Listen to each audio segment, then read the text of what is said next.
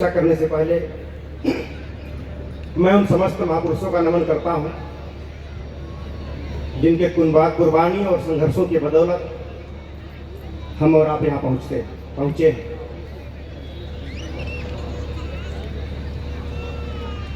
आज जब मैं कल रात को जब यहाँ जमीन पे मैं सोया हुआ था, ऐसे ही खुले धूल में ही शाम को कल,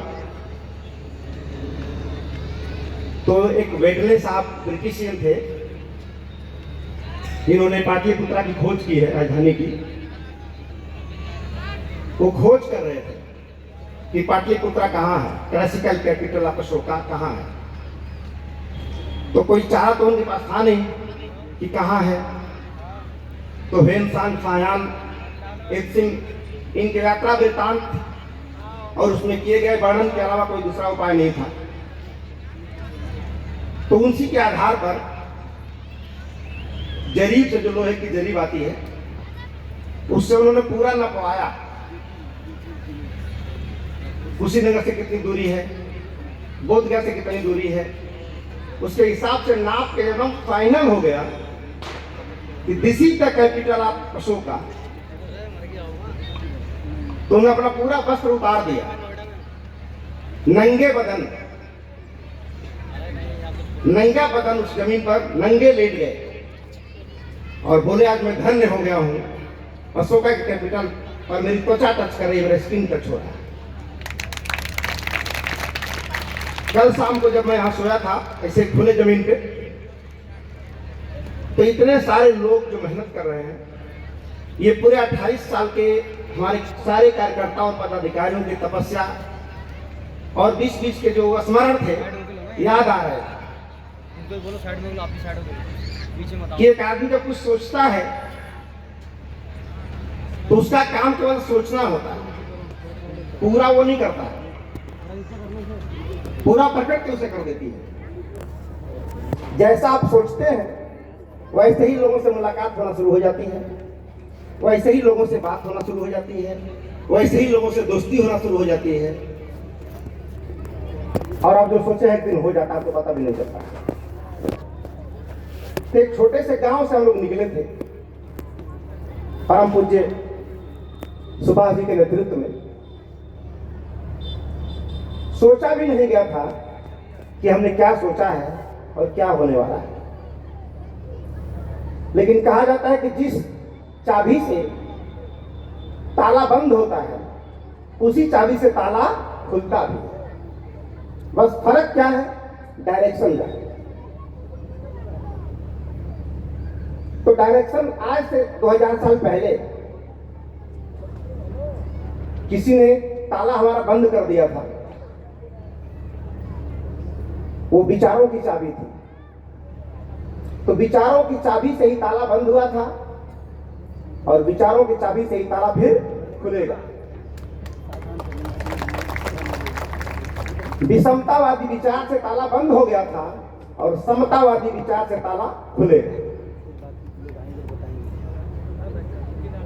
आज इस जमीन पे हम लोग बैठे थे तो हमारे कुछ साथियों ने इसकी कल्पना की थी कोरोना कांड से पहले। शत्रुघ्न जी और दिल्ली प्रदेश के अध्यक्ष महोदय राजेश जी, हरिराम जी, रवि प्रकाश जी शायद आए थे, दिखाई दे रहे थे, भूपेश कुमार जी, राम रतन जी, राजेंद्र जी, डीपी मौर्य जी और धुराज जी। इन कुछ लोगों ने मिलकर सपना देखा और अपने सपने को लोगों में ट्रांसफर किया। तो कहता है कि सपना अगर कोई देखता है तो ट्रांसफर आप कहां करते हैं? उपजाऊ जमीन में या ऊसर जमीन में? तो बीज आपके महत्वपूर्ण है, लेकिन ऊसर में आपने ट्रांसफर किया तो उसके अंदर जमने की क्षमता है, पैदा होने की क्षमता है, लेकिन जमीन वो दोषी है कि जमीन नहीं देगी उसे। लेकिन आज जब इन्होंने ट्रांसफर किया अपने सम्राट अशोक क्लब के कार्यकर्ताओं में और अधिकारियों में, तो इतनी जमीन उपजाऊ निकली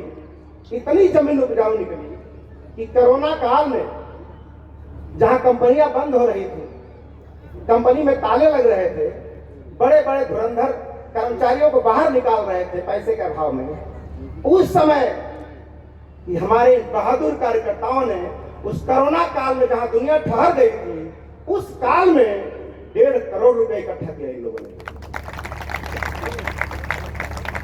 रोआ सिहर जाता सुन के, उस काल में 1.5 करोड़ रुपए इकट्ठा किया और कहीं जाने का टाइम भी नहीं था। ऑनलाइन जूम पे ऑनलाइन बात होती थी लोगों से, जूम पर भी डर के मारे जाग लगा के बात होती थी। उस काल में अगर आप लोगों ने जमीन रजिस्ट्री कराई है तो निश्चित रूप से आप सभी लोगों का मैं तहे दिल से अभिनंदन करता हूं। और आज जो आधारशिला रखी गई है, हम लोग कुछ कर नहीं रहे, बीज तो देवरिया से निकला था, लेकिन जैसे जैसे लोग मिलते चले गए सपना साकार होता चला जा रहा है। आज भी यहां क्या होने वाला है हमें पता नहीं, लेकिन लगातार करते रहना ये मुझे पता है, और लगातार करते रहेंगे तो जो सब लोगों ने सोचा है वो पक्का पूरा हो जाएगा। मेहनत का फल क्या होता है?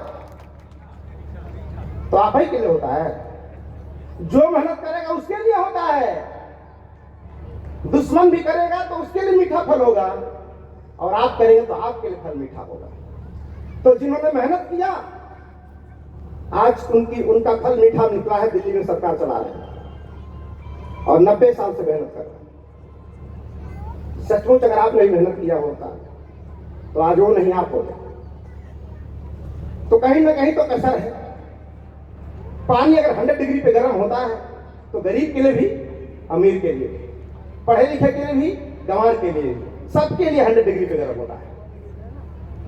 और हमारे हाथ में 100 डिग्री पे लाना हमारे हाथ में नहीं, बस आग लगाए रहना हमारे हाथ में,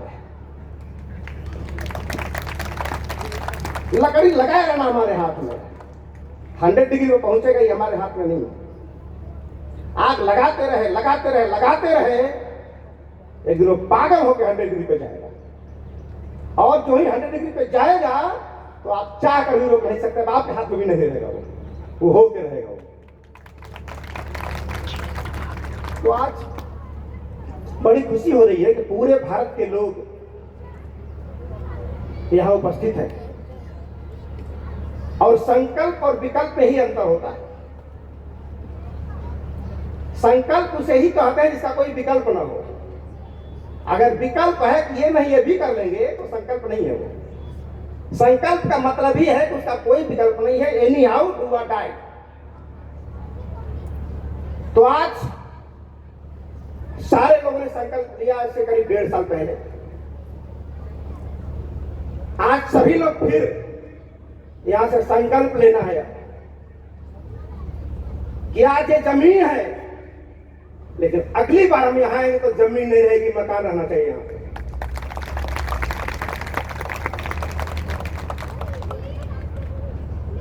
और सभी लोग, कोई आपको देखता नहीं है हम काम कर रहे कि नहीं कर रहे। यहां सेल्फ मोटिवेटेड होना है, स्वयं मोटिवेट होना है, क्योंकि दूसरे का मोटिवेशन बहुत देर तक काम नहीं आता।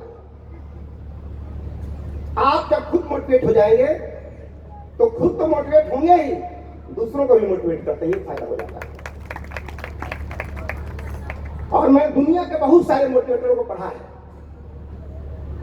और सबको पढ़ने के बाद मैंने पाया कि भगवान बुद्ध से बड़ा मोटिवेटर दुनिया में कोई नहीं है।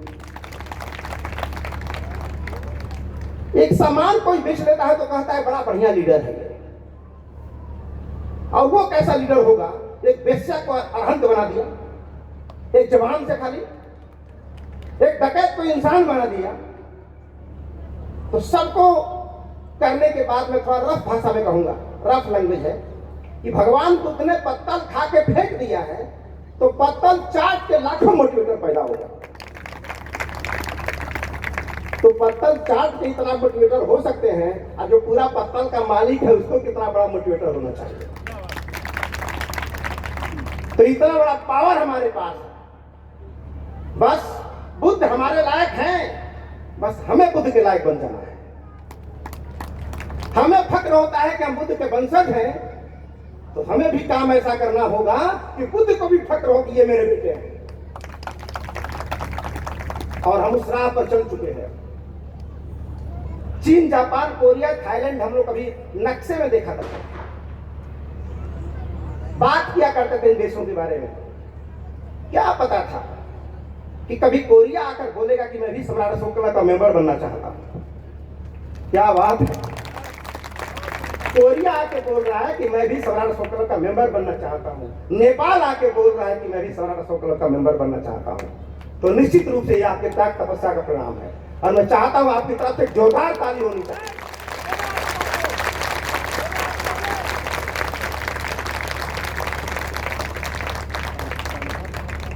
तो आज हम लोग एक विषय है, सफर शिलालेख से संविधान तक। दुनिया में, धरती में अगर पहला संविधान, लोक कल्याणकारी संविधान अगर लिखा गया धरती पर, तो सम्राट अशोक का संविधान था। दुनिया में पहली बार अगर कोई संविधान लिखा गया जो लोक कल्याणकारी हो, वो पत्थर पर लिखा गया, लोहे की कलम से। और उसके बाद अगर वैसा ही संविधान लिखा गया तो कागज के पन्नों पर, जो आज भी संसद भवन में नाइट्रोजन गैस में रखा हुआ है, जिसकी चर्चा हम कर रहे हैं। तो आज हम अशोक की चर्चा करने वाले हैं। उसके पहले एक बात हमेशा ध्यान रखें, जो मैंने बोला है, ये बार बार बोलना नहीं होगा, कि यहां से संकल्प लेके जाना है कि अगली बार हम लौटेंगे तो यहां जमीन नहीं रहनी चाहिए। हम लोग सुबह गए थे गढ़ी पे, गढ़ी का शिलालेख यहाँ पे मौजूद है। तो वहां से हमारे अध्यक्ष महोदय के माध्यम से हम लोग वहां से मट्टी लेकर आए, वहां से वो मट्टी हमारे प्राचीन इतिहास का प्रतीक है। और उस प्राचीन इतिहास को आज हमने नए इतिहास के साथ जोड़ दिया है। कहते हैं कि दूध ज्यादा होता है और जोरन कितना होता है। जोरन आप लोग समझते हैं, कहीं के जामन बोलते हैं, कहीं के जोरन बोलते हैं। दही को, दूध को दही बनाने के डाला जाता है। तो इतना जान लीजिए कि आज हम लोगों ने उस गढ़ी के मिट्टी को जोरन बना के यहां डाला है।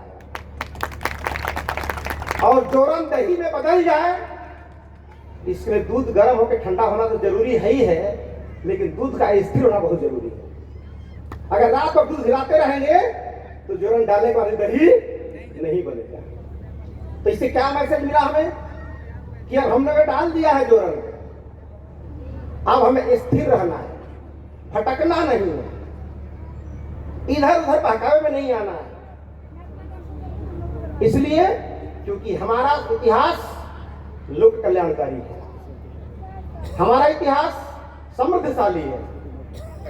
समझ गए तो समझदार बन जाओगे, और समझा दोगे तो शासक बन जाओगे। अब यही कला हमें सीखनी, और आज जो जमीन ली गई है, आने वाले भविष्य में हमारा रिसर्च सेंटर बनने वाली है, रिसर्च करने वाली है। क्योंकि भगवान बुद्ध के बाद जितने लोग कर रहे हैं वो सब रिसर्च कर रहे हैं।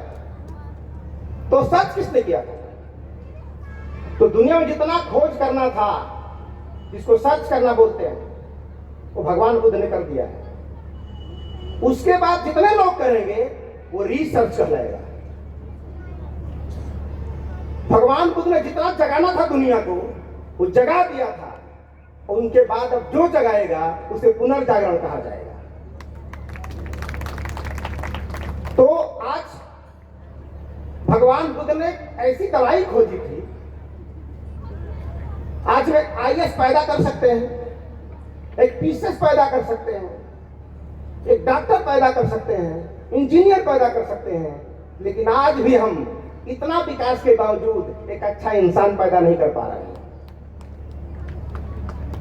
क्यों नहीं पैदा कर पा रहे? अभी आईएएस का पेपर आउट हो जाए और केवल आपको पता चल जाए तो कोशिश करेंगे कि फुल मार्क पाए परीक्षा में, क्योंकि पेपर आउट हो चुका है।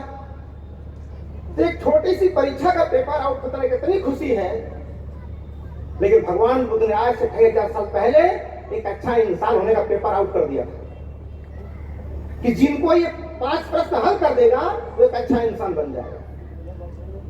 और इतना पेपर आउट होने के बावजूद भी हम ऐसे डॉक्टर बन पाए जो बनने के बाद डॉक्टर किडनी निकाल रहे हैं, एक अच्छा आईएएस बन पाए, बनने के बाद घोटाला कर रहे हैं, नेता बन पाए, उसके बाद जाके क्या कर रहे हैं सब देख रहे हैं।